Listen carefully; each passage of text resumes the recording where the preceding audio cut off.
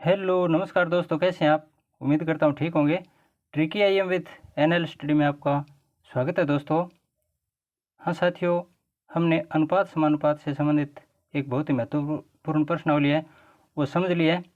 इसके बाद में आज हम प्रतिशत से संबंधित एक बहुत ही वेरी इम्पोर्टेंट प्रश्नावली समझने जा रहे हैं। और दोस्तों, अगर हमारे सिलेबस में कोई भी कंपटीशन का एग्ज़ाम अगर हम देने जा रहे हैं और उसमें सिलेबस में गणित है, तो गणित में प्रतिशत से संबंधित प्रश्नावली बहुत ही अपना विशेष स्थान रखती है और प्रतिशत से संबंधित प्रश्न आने का वेटेज भी ज़्यादा रहता है दोस्तों।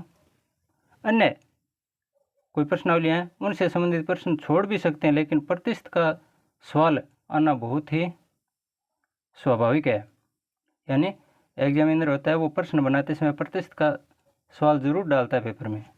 तो आज हम इसी प्रश्नावली से संबंधित कुछ प्रश्न हल करेंगे, साथ में जानकारियाँ भी अर्जित करेंगे। प्रतिशत आखिर होता क्या है। यकीन मानिए दोस्तों, प्रतिशत बहुत ही सरल प्रश्नावली है। प्रतिशत बहुत ही सरल तरीके से हम समझ सकते हैं। इनसे संबंधित कोई भी प्रश्न हमारा गलत जीवन में हो भी नहीं सकेगा अगर हम ये वीडियो आराम से सही ढंग से पूर्ण तन्मयता से देख लेंगे, सुन लेंगे। तो आज के बाद इस वीडियो को अच्छे ढंग से पढ़ने के बाद आपका जीवन में कभी भी प्रतिशत से संबंधित प्रश्न गलत नहीं होगा, और वो भी हल करने में आपको कोई 5 मिनट 4 मिनट 10 मिनट नहीं लगेंगे। सिर्फ पलों में, सेकंडों में, आप चुटकियों में प्रश्नों को हल करेंगे। और हो सकता है आप बिना कलम की सहायता लिए भी हल कर सकते हैं। तो ये सब होगा ट्रिक्स के साथ, मैं आपको बताऊंगा और आप मेरे साथ साथ सवाल भी हल कीजिए। पहले तो आप सवाल हल नहीं करें तो भी कोई दिक्कत नहीं, एक बार पूर्ण रूप से पूरा वीडियो देख लिया करो। उसके बाद में पुनः साथ में वीडियो देखा करो, और साथ में मैंने कोई भी प्रश्न लिखा है तो उस प्रश्न का हल करने से पहले प्रश्न लिख दिया है, तो आप पहले प्रश्न आते ही वीडियो को एक बार रोक लिया करो और प्रश्न को हल किया करो पहले आप, फिर मैं आपको समझाऊंगा। तो वीडियो दोबारा जब आप चालू करोगे तो मिलान कर लिया करो। इससे आपको जीवन में कभी भी उस प्रश्न से संबंधित कठिनाई का सामना नहीं करना पड़ेगा दोस्तों। और कुछ बच्चे होते हैं, उनके दिमाग में होता है कि हमें प्रतिशत आता नहीं है, हमें गणित आता नहीं है। एक बात बता देना चाहता हूँ दोस्तों कि माना कि हम जानते नहीं थे, चंद पंक्तियाँ बोल रहा हूँ मैं, माना कि हम जानते नहीं थे, लेकिन परिस्थितियों व अपने दृढ़ संकल्प ने, माना कि हम जानते नहीं थे लेकिन परिस्थितियों व अपने दृढ़ संकल्प ने हमें इतना सिखाया कि नामुमकिन को भी हम मुमकिन बना बैठे दोस्तों। हाँ, अगर हमारा दृढ़ संकल्प है तो हम मुमकिन बना सकते हैं। और आगे आने वाला एग्ज़ाम है कोई भी जिसमें ये प्रश्नावली लगती है, इससे संबंधित कोई भी प्रश्न आएगा तो मैं पूर्ण गारंटी के साथ कहता हूँ कि प्रतिशत से संबंधित आपका जीवन में कभी भी कोई प्रश्न गलत नहीं होगा दोस्तों। इन्हीं शब्दों के साथ शुरू करते हैं आज की ये प्रश्नावली। सबसे पहले तो अर्थ समझते हैं। प्रतिशत शब्द दो शब्दों से मिलकर बना है, प्रति प्लस शत, अर्थात प्रति सैकड़ा। शत का मतलब होता है 100, शतक मारते हैं ना, 100 शत या सैकड़ा या 100। और प्रति हर, प्रत्येक, हर एक, हर 100, इस प्रकार। तो हर 100 के पीछे जो भी मान आता है उसके बारे में बताया जाता है इसमें। दूसरे शब्दों में से इस प्रकार भी लिख सकते हैं कि भिन्न वह भिन्न जिसका हर 100 हो, कोई भी भिन्न जिसका हर 100, उसे प्रतिशत तथा भिन्न के अंश को प्रतिशत की दर कहा जाता है। कोई भी भिन्न है, मान लीजिए ये 15/100 है, तो यहाँ हर क्या है, अंश तो आ गया 15 और हर आ गया 100। तो इस 100 को, तो हर को यहाँ लिखा है ना, हर को यानी 100 को क्या कहेंगे, प्रतिशत। ये तो है प्रतिशत, और 15 ऊपर जो 15 लिखा है ये है इसकी दर, प्रतिशत की दर। तो 15 और 100 है, ये प्रतिशत है। इस प्रकार हम भिन्न के रूप में भी इसको पढ़ सकते हैं। जैसे ये लिखा है 25/100, इसका मतलब दर क्या है, अंश। 25/100 में अंश क्या है, 25, और हर 100, तो 100 को तो प्रतिशत कहते हैं, और 25 अंश है उसको दर कहेंगे। तो 25/100 का मतलब होता है 25%।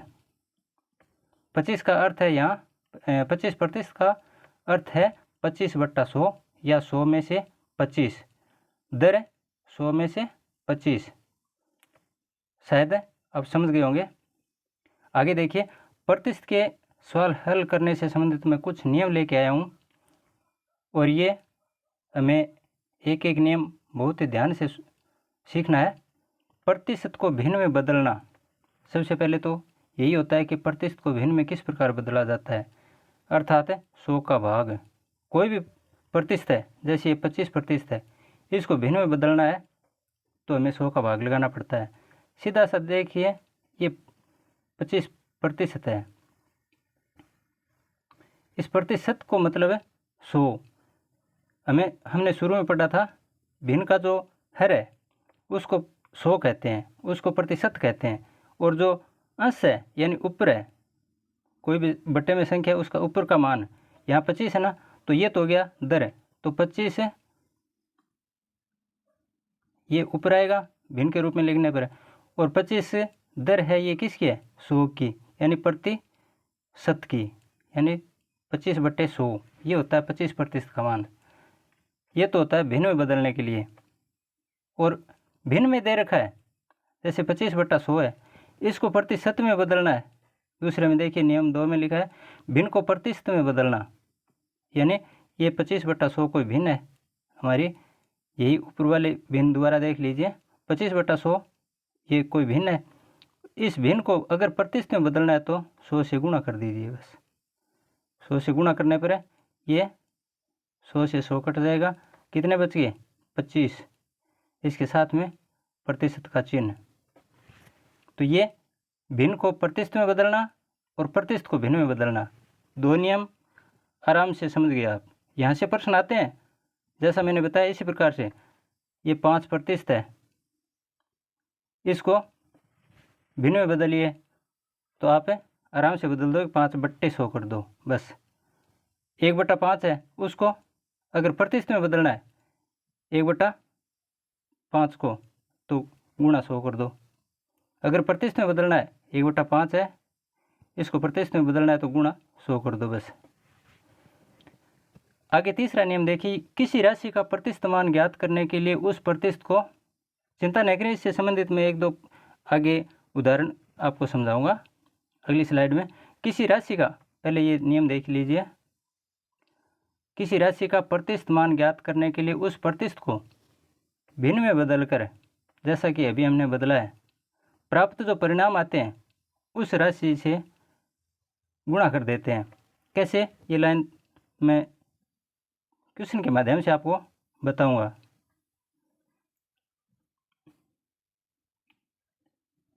जैसे 2%,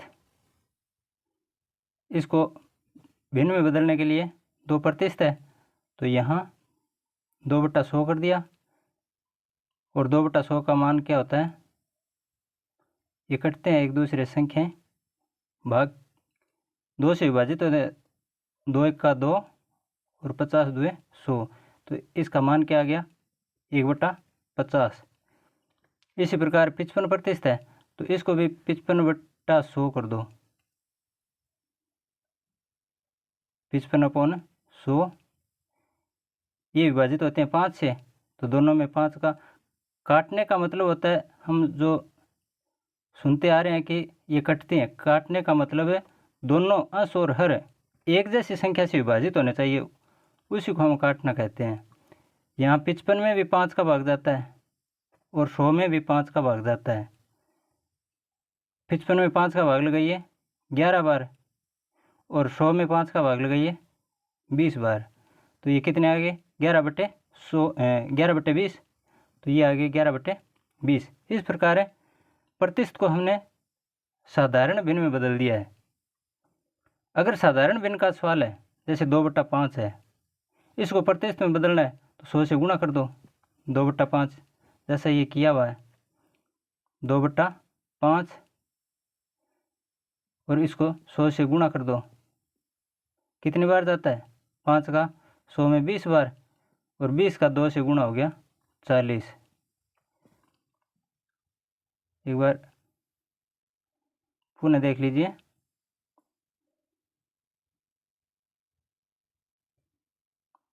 थोड़ा सा मैं मिटा देता हूँ इसको।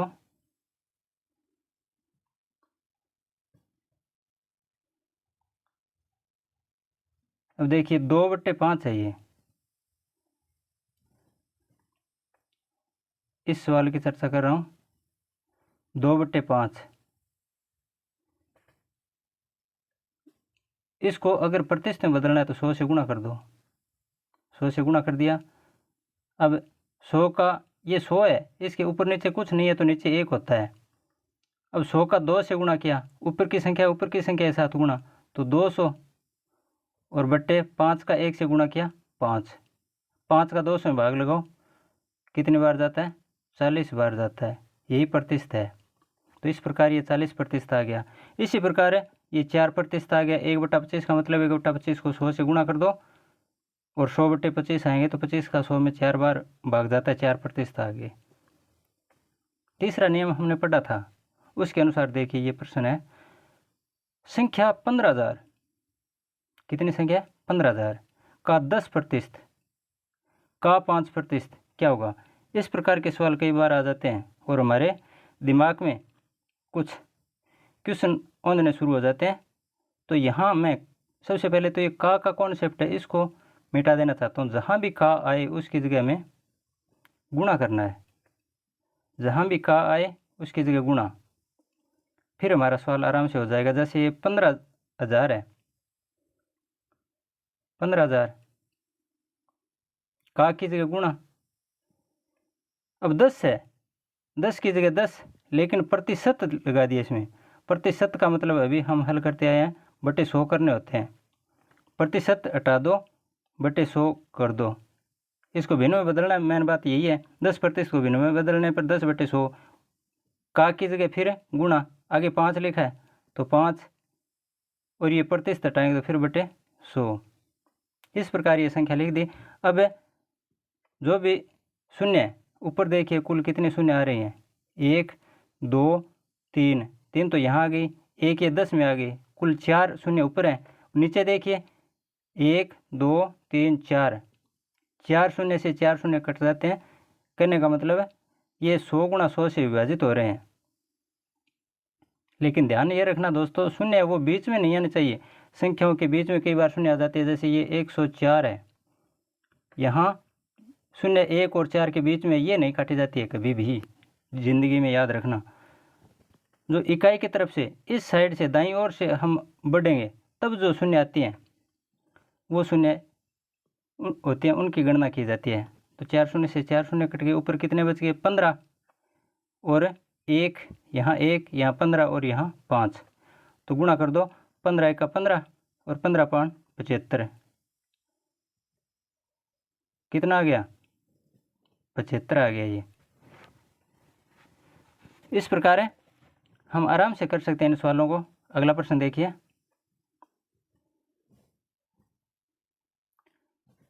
ये तो हमने कर लिया है।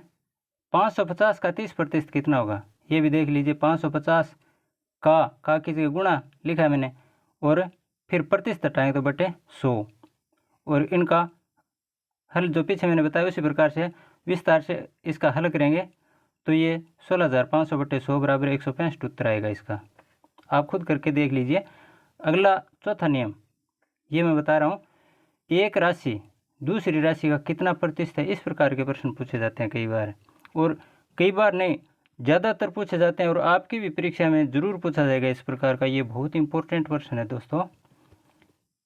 जैसे सवाल में लिखा है 120 500 का कितने प्रतिशत है, इस प्रकार से भी पूछ सकते हैं। और ऐसे ही पूछ सकते हैं कि 2000 का कितना प्रतिशत 500 है, या 1000 का कितना प्रतिशत 100 है, या 700 का कितना प्रतिशत 50 है, किसी भी तरीके से। लेकिन आपको आज के बाद ज़िंदगी में कभी नहीं भूलोगे। ऐसा मैं एक मान बता रहा हूँ, ऐसी ट्रिक बता रहा हूँ। देखिए, ये 2% है। 120 500 का कितने प्रतिशत है? एक तो ये। दूसरा, 2000 का कितना प्रतिशत? 500 है। दोनों में देखिए एक संख्या बड़ी है, ये 2000, एक संख्या छोटी है 500। 2000 बड़ी है, छोटी 500 है। इसी प्रकार 120 छोटी संख्या है और 500 बड़ी संख्या है। बस छोटा बड़ा समझ लिया, यही हमारा उत्तर आ गया। और साथ में लिखा है कितने प्रतिशत है। प्रतिशत है यानी प्रतिशत में बदलना है तो 100 से गुणा होगा। प्रतिशत में बदलना है तो 100 से गुणा, और प्रतिशत यानी भिन्न में बदलना है तो 100 का भाग। ये हमने शुरू में पढ़ लिया है। तो यहाँ जो छोटी संख्या है, चाहे कौन सा भी सवाल है, 120 और 500 में छोटी संख्या कौन सी है? 120। तो 120 हमने ऊपर लिख दिया बटे 500, यानी 120 बटे 500, और प्रतिशत में बदलने के लिए गुणा 100।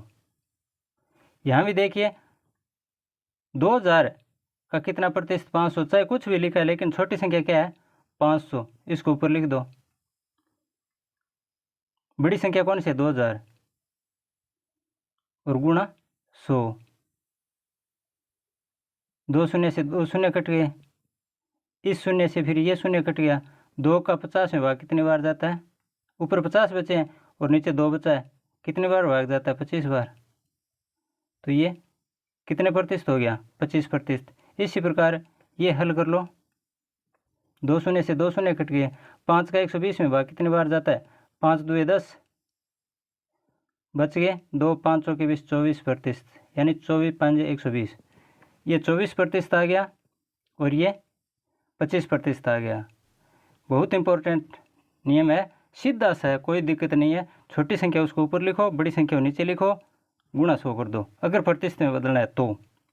अगला प्रश्न देखिए, वह संख्या ज्ञात करो जो 800 से 20% अधिक है। यहाँ अधिक पूछा है और प्रतिशत दे रखा है, इसका मतलब हमें साधारण भिन्न में या सरल भिन्न में बदलना है। भिन्न में बदलना है, प्रतिशत हटाना है। 800 से 20% अधिक है, वह संख्या ज्ञात करनी है, यानी ये संख्या ज्ञात करनी है, राशि ज्ञात करनी है। इसमें सबसे पहले तो जो संख्या दे रखी है वो लिखो 800। बिल्कुल सरल है दोस्तों, कहीं कोई दिक्कत नहीं आएगी। 800 और गुणा, अब 20% है, अधिक पूछा है ना, तो अधिक का मतलब है प्रतिशत से अधिक है, यानी 100 से अधिक है। 20% अधिक है, या कम भी आ सकता है, कम आएगी आता है तो हम घटा देंगे, अगर अधिक है तो जोड़ देंगे। 100 में 20 जोड़ना है। 100 और 20 कितने होते हैं? 120 बट्टे, ये प्रतिशत हटाते हैं तो बट्टे 100। बस ये हो गया, सीधी सी ट्रिक है। 800 यहाँ 1000 भी आ सकता है, 1200 भी आ सकता है, कुछ भी आ सकता है। से 20% अधिक कितना होता है? तो 20 100 में जोड़ दो, वो ऊपर लिख दो संख्या, बटे 100। 800 से 20% अधिक का मतलब है 800 गुणा और बट्टे 100 कर दो, और 20% अधिक है तो ऊपर 100 आ जाएंगे, अगर कम है तो 80 आ जाएंगे। 120 की जगह अगर कम दे रखा है, यहाँ अधिक की जगह कम आ जाए तो हमें 80 करना है। बस अब इनको हल कर दो। 2 शून्य से 2 शून्य कट गए, 12 8 96, यानी 960 उत्तर आ गया। चिंता करने की बात नहीं है दोस्तों, बहुत सरल है। ऐसा ही एक प्रश्न आगे इसी नियम के आधार पर आ सकता है। जैसे राम का वेतन 15,000 प्रति माह है, यानी हर महीने 15,000 की तनख्वाह मिलती है। आप लग जाओगे तो आपको भी 15 नहीं, आपको तो 30,000 मिलेंगे। यदि राम को 30% भत्ता प्रति माह है अतिरिक्त मिलता है, कहने का मतलब 15,000 तो जो तनख्वाह है उसकी, उससे 30% अधिक, अभी हमने पीछे सवाल किया, अतिरिक्त भत्ता मिलने का मतलब है 30% अधिक है, तो कोई दिक्कत नहीं है, सीधा सा आ गया। 15,000 लिखो, गुणा बटे 100 कर दो प्रतिशत हटाने के लिए, और अधिक है, अतिरिक्त मिलता है, भत्ता अतिरिक्त मिलता है, इसका मतलब ज़्यादा मिलता है, तो कितना? 30%। 30 जोड़ दो, 130। अगर कम होता तो घटा देते, 70 हो जाता। बस हो गया सवाल, बिल्कुल सरल है। अब इनका गुणा करने पर 15 3 45, हासिल 4, 15 का 15 और 4 19। ये कितने आ गए? 1 शून्य, तो ये 1 शून्य ये और बच गई 19,500 रुपये। 15,000 मिलते थे, लेकिन 30% अतिरिक्त भत्ता मिलने पर कितनी मासिक पेंशन आती है? 19,500 रुपये। अगला प्रश्न देखिए, दो राशियों के मानों की तुलना पूछी जाती है। कई बार दो राशियाँ होती हैं, उनके जो मान है उनमें तुलना, किस प्रकार का प्रश्न आता है इनसे संबंधित है।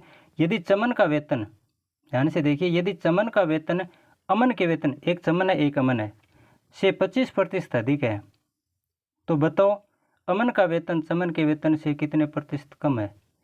पूरी लाइन को आप मत देखो, देखिए कितना सरल तरीके से बताऊंगा दोस्तों, चिंता मत करो। यहाँ इस प्रश्न में सिर्फ हमें एक चीज़ पकड़नी है, पूरी लाइन को नज़रअंदाज कर दो। सिर्फ ये मान लिखा है 25%, इसको देखिए। अगर कोई भी सवाल है, कितना ही बड़ा हो, 5 लाइनों में हो, 4 लाइनों में हो, 2 लाइनों में हो, अगर एक बार लिखा है प्रतिशत, यानी 25% अधिक है चाहे 25% कम है, एक बार लिखा है, तो हमें यही सूत्र लगाना है।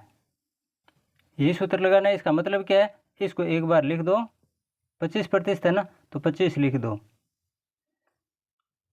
बट्टा और गुणा, बस इतना ध्यान रखो।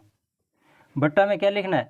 25% अधिक है तो 25 जोड़ दो, अधिक का मतलब जोड़ दो, 100 में 25 जोड़ दो, 125 आ गई। कितना? 125। और गुणा में हमेशा 100। यदि चमन का वेतन अमन के वेतन से 25% अधिक है, तो बताओ अमन का वेतन चमन के वेतन से कितने प्रतिशत कम होगा। अब यहाँ जो भी उत्तर आएगा वो कम बताना हमें।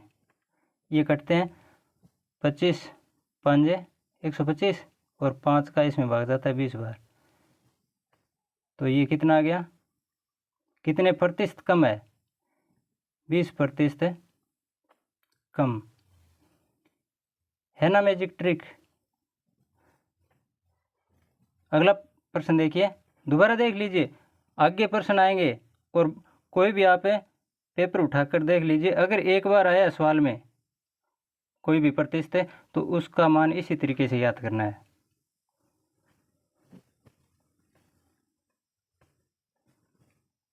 वस्तु की कीमत में वृद्धि या कमी हो जाती है तो उसका क्या प्रभाव पड़ता है, इससे संबंधित भी प्रश्न पूछते हैं कई बार। यदि आम का भाव 50 रुपये प्रति किलो से बढ़कर 60 रुपये प्रति किलो हो जाता है, तो आम के भाव में कितने प्रतिशत की वृद्धि हुई। एक सवाल ये देख लीजिए, और ठीक इसी प्रकार एक सवाल मैं और बता रहा हूँ आपको। यदि चावल की कीमत 30 रुपये प्रति किलो से बढ़कर रुपये 40 प्रति किलो हो गई, यानी यहाँ भी कीमत बढ़ी है, वहाँ 50 से 60 हो गए, और वहाँ भी बढ़ा था, यहाँ भी मान बढ़ा है, तो उपभोक्ता अपने खपत में कितना प्रतिशत कमी करे। यहाँ उपभोक्ता है वो कमी करना चाहता है, कितने प्रतिशत कमी करे अपने उपभोग में, ताकि उसका खर्च है वो पूर्ववत बना रहे। यानी उसकी आमदनी पहले 100 रुपये थी तो वो 100 रुपये ही खर्च करेगा, चाहे कम आए चाहे ज़्यादा आए। वस्तु है वो चाहे पहले 1 किलो आते थे, अब आधा किलो आ जाए, लेकिन उसके पास खर्च करने के लिए 100 रुपये ही हैं, यानी उनका खर्चा है वो पूर्ववत बना रहे।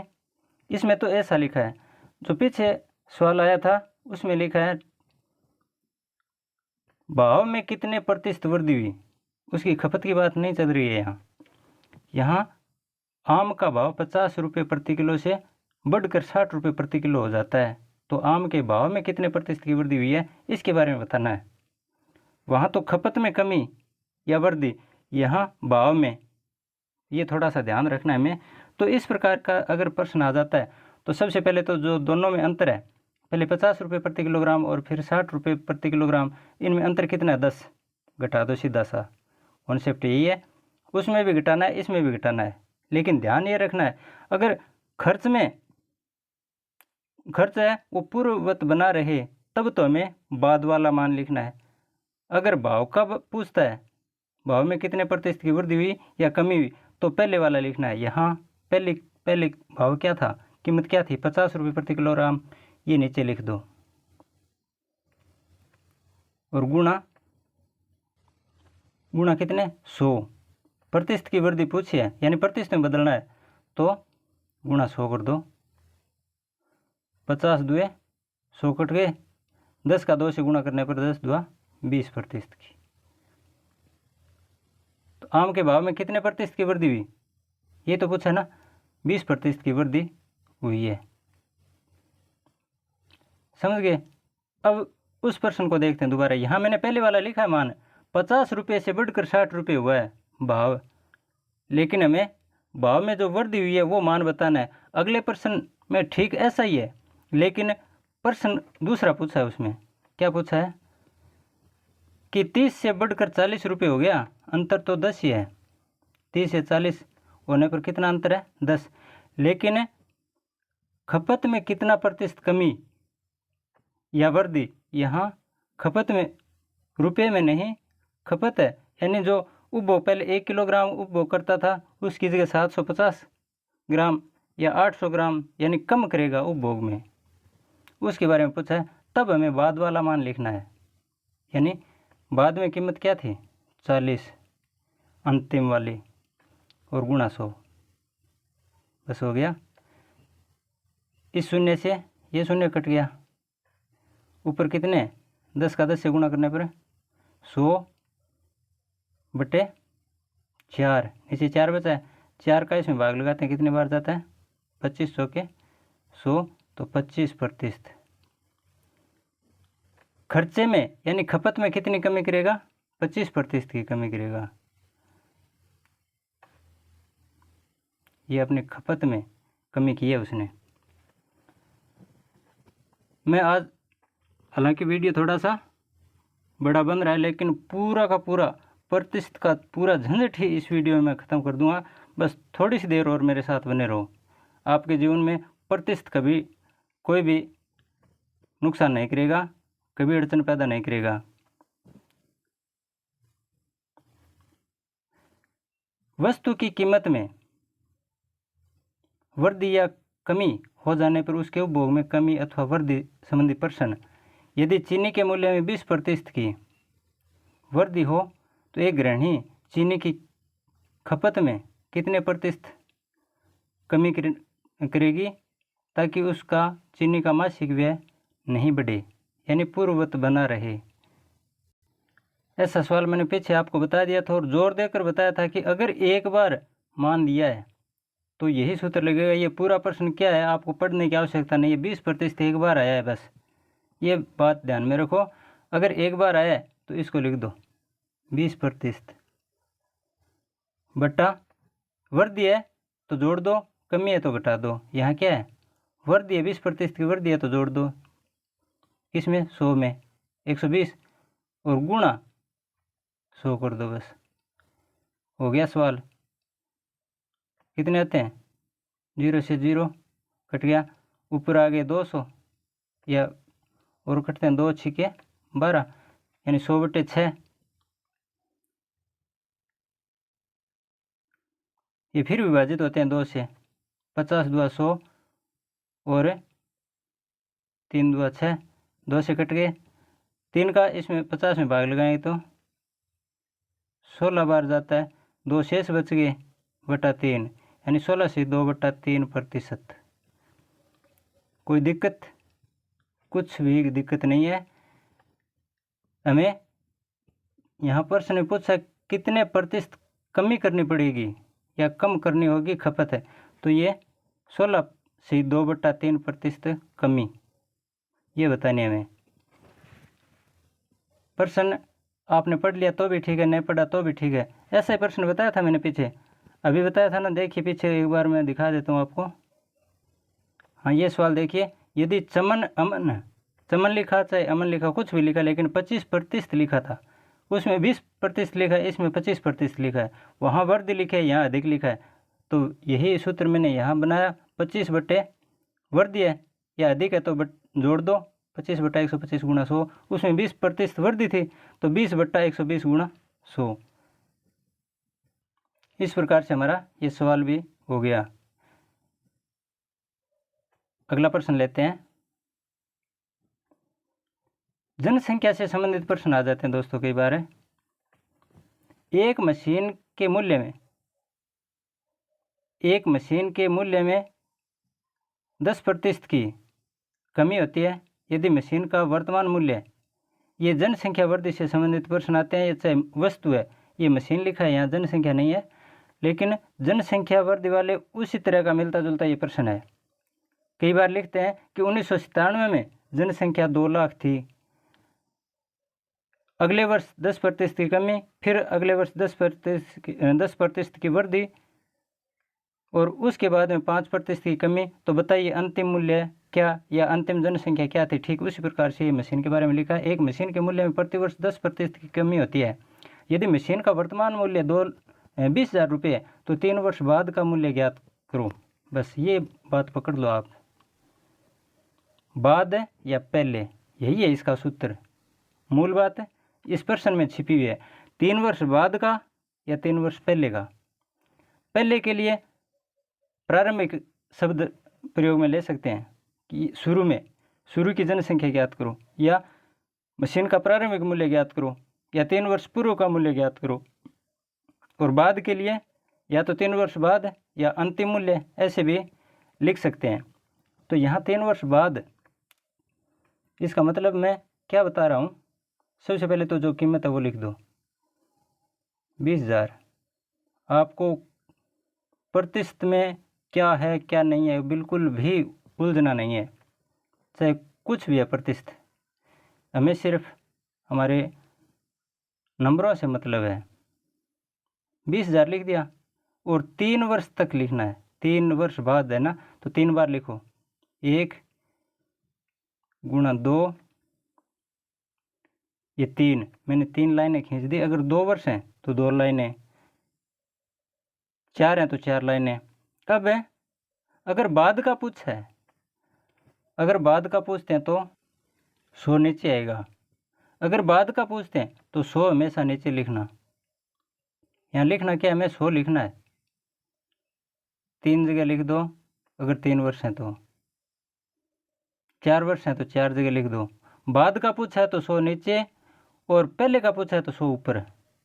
हो गई बात। बाद के लिए 100 नीचे, पहले के लिए 100 ऊपर। एक बार मेरे साथ दोबारा बोल लो, बाद के लिए 100 नीचे और पहले के लिए 100 ऊपर। हो गया।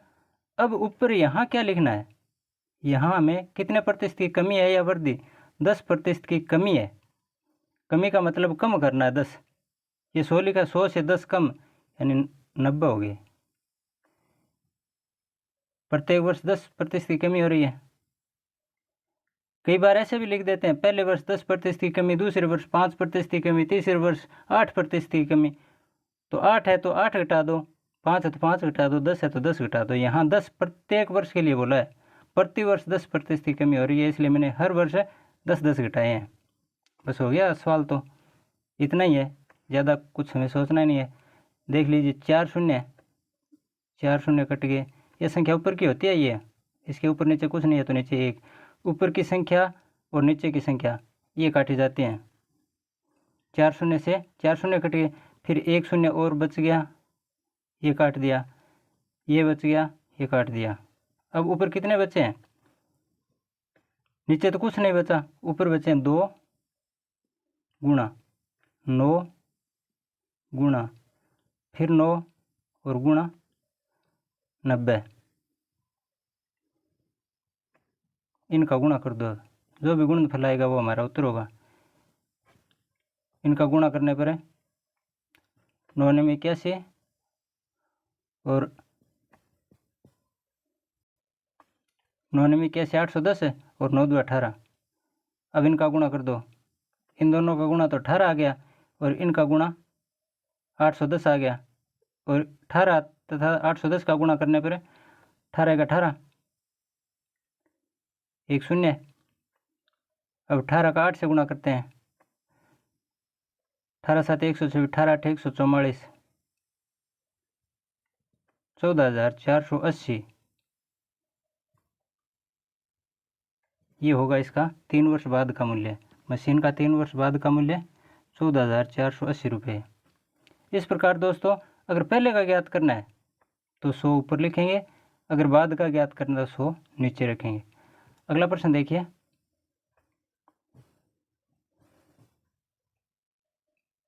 पहले x प्रतिशत की कमी या वृद्धि तथा बाद में y प्रतिशत की कमी अथवा वृद्धि होने से संबंधित प्रश्न। ये क्या है, हमें कुछ भी सोचना नहीं है। प्रश्न देखो, इनसे संबंधित प्रश्न ऐसे पूछे जाते हैं। एक पुस्तक विक्रेता अपनी पुस्तक का मूल्य पहले 25% तथा बाद में 20% बढ़ा देता है, यानी दोनों बार बढ़ोतरी कर रहा है। पहले 25% बढ़ाता है, फिर 20% बढ़ाता है, तो पुस्तक के मूल्य में कुल कितने प्रतिशत की वृद्धि हुई। इस प्रकार के प्रश्न भी कई बार आते हैं। कितना सरल है दोस्तों, बहुत सरल है, बहुत सरल है। कैसे, एक बार 25 लिखा है और दूसरी बार 20 लिखा है, तो इनको ऐसे लिख दो, 25 20, दूसरी बार 20 लिखा है। अगर वृद्धि है तो प्लस कर दो, कमी है तो माइनस कर दो। दोनों बार बढ़ोतरी हुई है तो प्लस कर दो। ये प्लस 25 हो गए और प्लस से 20 हो गए। अब इनमें जोड़ना क्या है, प्लस और कर दो। सबसे पहले देखो, 25 लिखा हमने 25 लिख दिया, 20 लिखा हमने 20 लिख दिया। तीसरी बार और लिखना है, 25 और 20 दोनों का जोड़ करो, कितने होते हैं, गुणा करो दोनों का। 25 और 20 का गुणा 5, 25 2 50, 5 हो गए। यानी मैं अलग लिख देता हूँ थोड़ा, 25 गुणा 20 ऐसे लिख दूंगा तो शायद ठीक समझ में आएगा आपके। पहले तो हमने जोड़ किया, फिर जोड़ किया है, ये प्लस का निशान है, इसका मतलब जोड़ तो किया, लेकिन दोनों का गुणा करके इकट्ठा दोनों का गुणा किया और इसके अपॉन यानी बट्टे में 100 लिखना है। हो गया सवाल, तो बस इतना ही है।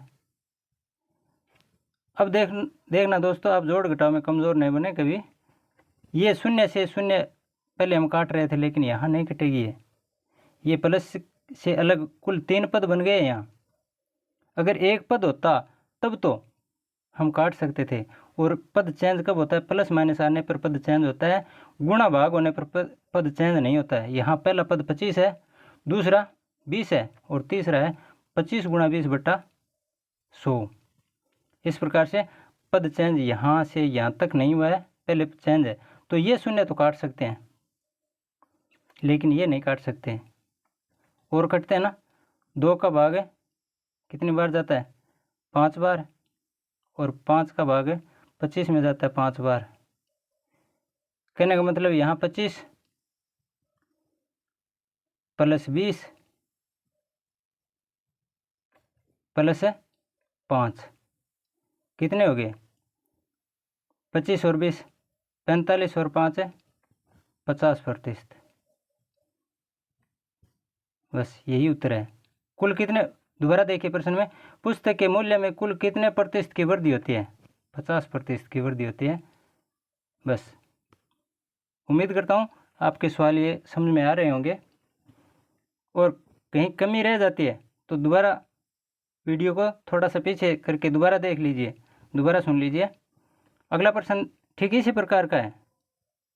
देखिए, एक वस्तु के मूल्य में पहले वर्ष 20% की वृद्धि, 2 बार लिखा है 20% की वृद्धि, तथा अगले वर्ष 20% की कमी। अब ये कमी हुई है तो -20 कर दो। पहले 20% की वृद्धि, फिर 20% की कमी, और फिर प्लस दोनों का गुणा 20 का ऐसे किया था ना हमने, और बट्टे 100। चलिए 100 है। पिछला सवाल ऐसे किया था, उसमें दोनों बार बढ़ोतरी थी। यहाँ पहले 20 की वृद्धि हुई है और तो प्लस आ गया, दूसरी बार 20 की कमी हुई है तो हमने माइनस कर दिया, यानी कमी का मतलब कम यानी माइनस, और फिर प्लस में दोनों का गुणा करके 100 का भाग लगा दिया। अब इस 0 से ये 0 कट जाता है, इस 0 से ये 0 कट जाता है, यानी ये तो कॉन्सेप्ट 4 पर आ गया। अब देखिए 20 प्लस के और 20 माइनस के, 20 में से 20 घटाने पर क्या बचता है, 0, और यहाँ 2 और 2 का गुणा 4, यानी 20 माइनस 20 प्लस 2 का और 2 का गुणा कितना, 4। अब प्लस के कुल कितने हो गए 20, ये प्लस का और ये प्लस का 24 माइनस 20, 24 में से 4 गए 24 में से 20 गए 4, या ऐसे भी कर सकते हैं ये 20 प्लस का है, ये 20 माइनस का, 20 में से 20 घटाने पर 0 और ये 4 बच गया 4%। ठीक उसी प्रकार का। और 20 ठीक 20 को हम 2 बार लिखकर सीधा भी गुणा कर सकते हैं अगर वृद्धि और कमी आती है तो। एक सवाल ऐसे आ जाता है कि पहले तो 30% की वृद्धि हुई और फिर 30% की कमी, यानी दोनों एक जैसी संख्याएं हैं। और ऐसे भी आ सकता है पहले 15% की कमी फिर 15% की वृद्धि, या पहले 15% की वृद्धि फिर 15% की कमी। तो सीधा सा कॉन्सेप्ट, इतना लंबा सवाल करो तो ठीक है, ऐसे भी कर सकते हैं इसको हम। दोबारा देखिए इसी को, ये 3 बार नहीं लिखकर सीधा लिख दो। संख्या 20 एक जैसी होनी चाहिए संख्या, और एक बार प्लस एक बार माइनस होते हैं तो 20 लिख दिया, इसका स्क्वायर कर दो और बट्टे 100। और ये हमेशा याद रखना ये कमी होगी, ये 4% की कमी है। अगर कमी वृद्धि आ जाए तो ये कमी होती है। अगर एक जैसी संख्या आती है, एक बार वृद्धि एक बार कमी, तो हमेशा उत्तर कम आएगा। अब देखो 20 का 20 से गुणा किया 400 बट्टे 100, 0 से 0 कट गया, क्या बचा 4%। ये हमेशा कमी आती है। तो चाहे इस तरीके से कर दो चाहे इस तरीके से, कोई भी तरीका जो आपको अच्छा लगे। ये एक जैसी संख्या आती है तब होता है। वैसे आप ये सूत्र भी लगा सकते हो पहले वाला, यहाँ भी कोई दिक्कत नहीं है। अलग अलग संख्याएं आ जाती हैं कई बार।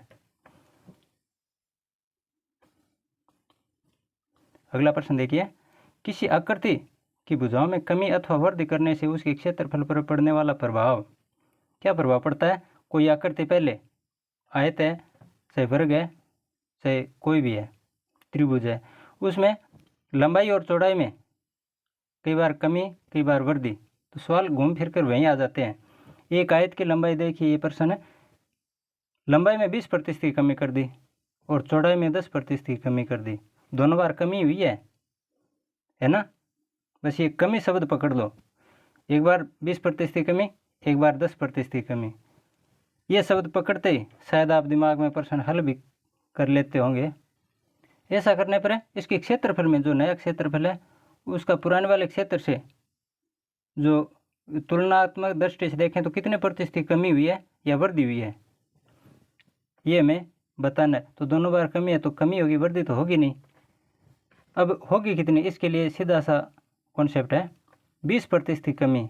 ये 20% की कमी है, यानी 100 में से 20 की कमी है, अर्थात 80। अगर वृद्धि होती तो 100 में 20 जोड़ देते, यहाँ कमी है तो 80 गुणा क्या करना है। ये दूसरा देखिए 10% की कमी, यहाँ भी 10 की कमी है तो 100 में से 10 की कमी है, यहाँ 10 घटा दो 100 में से, कितने आ गए 90 बट्टे 100 कर दो बस। इनका मान कितना आता है, 0 से 0 कट गया, इस 0 से ये 0 कट गया, 9 8 है 72, कितने है 72। अब कमी कितनी हुई है, ये तो 72 मान आ गया, 100 में से 72 को घटा दो, कमी बराबर 100 माइनस 72 बराबर 28%। इस प्रकार कमी कितनी है 28% की। अगला सवाल लेते हैं, चीनी के भाव में 25% की वृद्धि होने पर अब 300 रुपये में पहले से 5 किलोग्राम चीनी कम खरीदी जाती है। चीनी का बढ़ा हुआ मूल्य प्रति किलोग्राम बताइए। यहाँ पर एक तो ये याद रखना है, तो प्रश्न पूछा जाता है वो तो हमेशा याद रखना दोस्तों, उसको बहुत ध्यान से पढ़ना है कि प्रश्न पूछ क्या रहे हैं। तो प्रति किलोग्राम ये हमें ध्यान में रखना है। सवाल में क्या लिखा है क्या नहीं लिखा है उसकी तरफ मत जाइए, सीधा सा कॉन्सेप्ट बिल्कुल सरल ढंग से हमें सोचना है। 25% लिखा है तो ये 25% हटा दो बट्टे 100। एक तो ये हमेशा याद रखना, प्रतिशत हटाते हैं तो बट्टे 100 आता है पक्का। और गुणा क्या है किसका, 300 का, कितने रुपए हैं ये 300, बस इतना हो गया सवाल। कितने आते हैं इसके? 25 चौके 100 और 4 का इसमें भाग लगाते हैं। 4 7 28 और 4 5 20 75 आ गए। कितने रुपए? 75 रुपये। अब इसमें पूछा प्रति किलोग्राम, ये 5 किलो के हैं, 75 की वृद्धि हुई है। 300 रुपये में 75 रुपये की वृद्धि हो गई, लेकिन कितने किलो की हुई है? 5 किलो की। 5 किलो चीनी थी, उसमें 75 की वृद्धि हुई है, जबकि सवाल में पूछा है प्रति किलोग्राम। तो प्रति किलो का मतलब है 75 में 5 का भाग लगा दो, 15 रुपये। प्रति किलोग्राम कितनी वृद्धि हुई? 15 रुपये की। समझ गए? एक प्रश्न और लेते हैं। रवि अपने कुल धन का 10% समय पर, शेष का 20% पत्नी को देता है। अंत में उसके पास 7200 रुपये बचते हैं। बस आ गया एक, तो ये पकड़ लो 7200 गुणा, 2 बार है यहाँ, एक बार 10%, एक बार 20%, और प्रारंभिक धन ज्ञात करो। प्रश्न में पूछा क्या प्रारंभिक? मैंने एक बार पीछे बताया था, पिछले सवाल से ठीक पहले वाले सवाल में बताया था शायद आपको, कि प्रारंभिक ज्ञात करना है तो 100 कहाँ आएगा? सॉरी, ऊपर, और अंतिम ज्ञात करना है तो 100 नीचे। ऐसा बताया था ना। 3 वर्ष का उसमें लिखा था, यहाँ 2 वर्ष हैं, एक तो 10% और एक है 20%। यहाँ वर्ष नहीं है, अलग अलग हैं, एक तो समय एक पत्नी, लेकिन हैं दो मान है, तो हम 2 बार लिखेंगे संख्या को। और 100 प्रारंभिक मान ज्ञात करना है तो 100 ऊपर आता है, अगर अंतिम मान ज्ञात करना है तो 100 नीचे आता है। ये बता दिया था आपको मैंने। तो यहाँ 100 ऊपर लिखें, क्योंकि यहाँ प्रारंभिक मान ज्ञात करना है या शुरू का मान ज्ञात करना है। और बटे यहाँ देखो 10% अपने खुद पर खर्च कर रहा है तो कमी हो गई। 100 में से 10% कम हो गया तो कितना हो गया? 90। और 20% पत्नी को देता है तो कुल धन में से तो कमी हो गई, कमी हुई है यहाँ भी। पत्नी को देने पर ये 20% की कमी, अर्थात 100 में से 20 कम हो गई, 80। बस सवाल भी हो गया। इस शून्य से ये शून्य कट गया, और इस शून्य से ये शून्य कट गया। 9 से फिर विभाजित होते हैं, 9 8 72, 8 से फिर 8 कट गया, बचे क्या है? 100 गुणा 100, यानी 100 गुणा 100। 100 का 100 से गुणा करने पर कितने आते हैं? 10,000।